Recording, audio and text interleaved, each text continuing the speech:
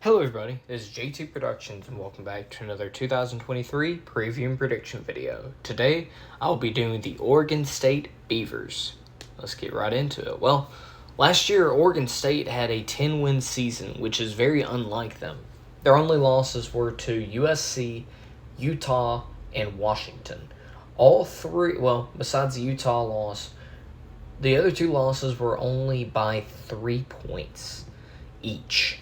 So very good season for Oregon State. Their best wins were against probably Oregon, and when they beat Florida 30-3 in the Las Vegas Bowl.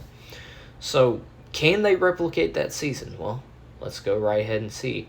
Jonathan Smith is their head coach, and he's had them on the upturn over the last couple of seasons.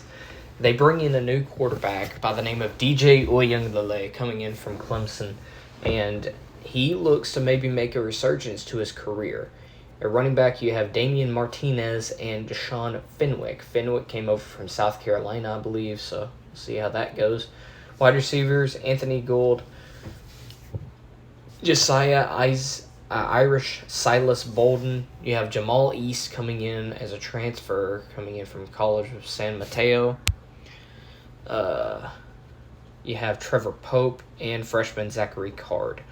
You also have Jack Velling and Jake Overman at tight end.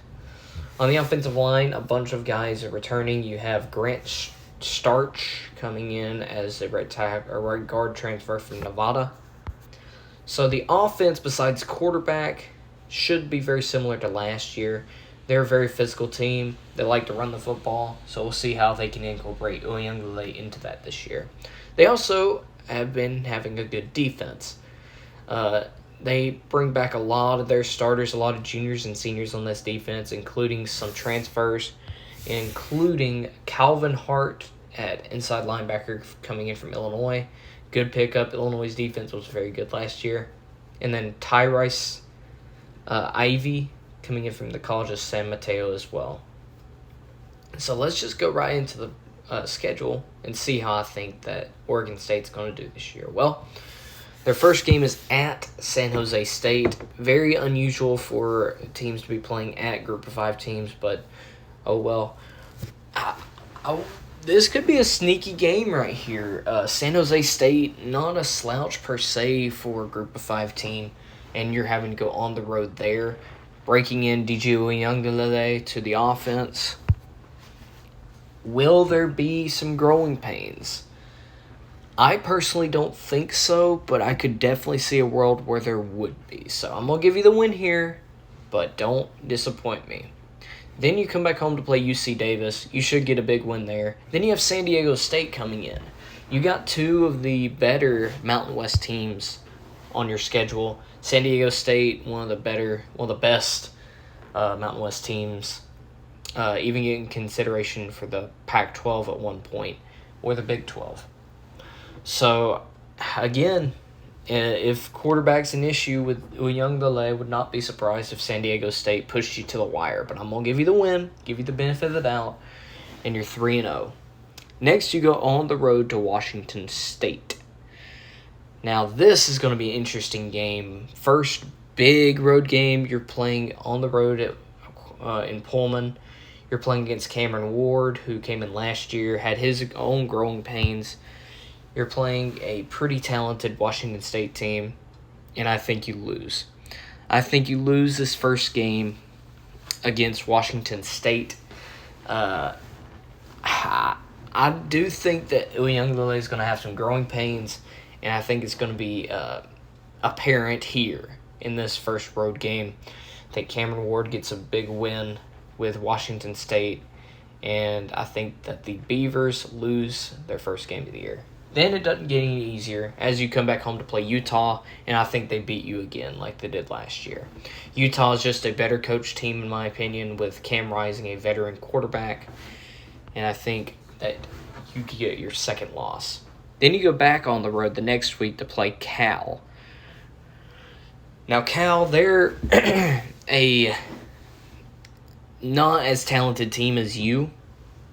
However, I think some of that Pac-12 craziness is going to come into play here, and I think you lose this game as well. I think that some of the back-to-back losses mentality is going to come into a play here. I think California is going to catch you on a little bit of a downturn, and I think you're going to drop this one before going back home on homecoming to play UCLA. So you're 3-3 at this point. Not a good place to be for Oregon State. But I got good news. I think that you upset UCLA right here, as physical as you are. I think that UCLA comes in as a pretty good team, maybe even like 5-1, 6-0, and I think you upset them badly.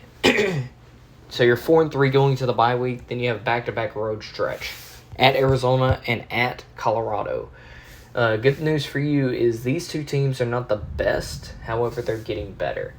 I think you win both of them. I think you win both these games as physical of a team that you want to be, and I think you can be coming off a bye week.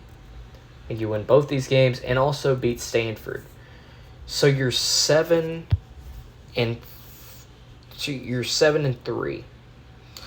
before playing Washington in Corvallis. Now Washington's going to be a very talented team, high-flying offense with Michael Penix Jr. and Roma Dunze. But in comes that physical factor of Oregon State, and I think that they pull another upset against Washington. So after this, you go on the road to Oregon. I think you get your final loss of the year to finish season 8-4. Not bad for Jonathan Smith again.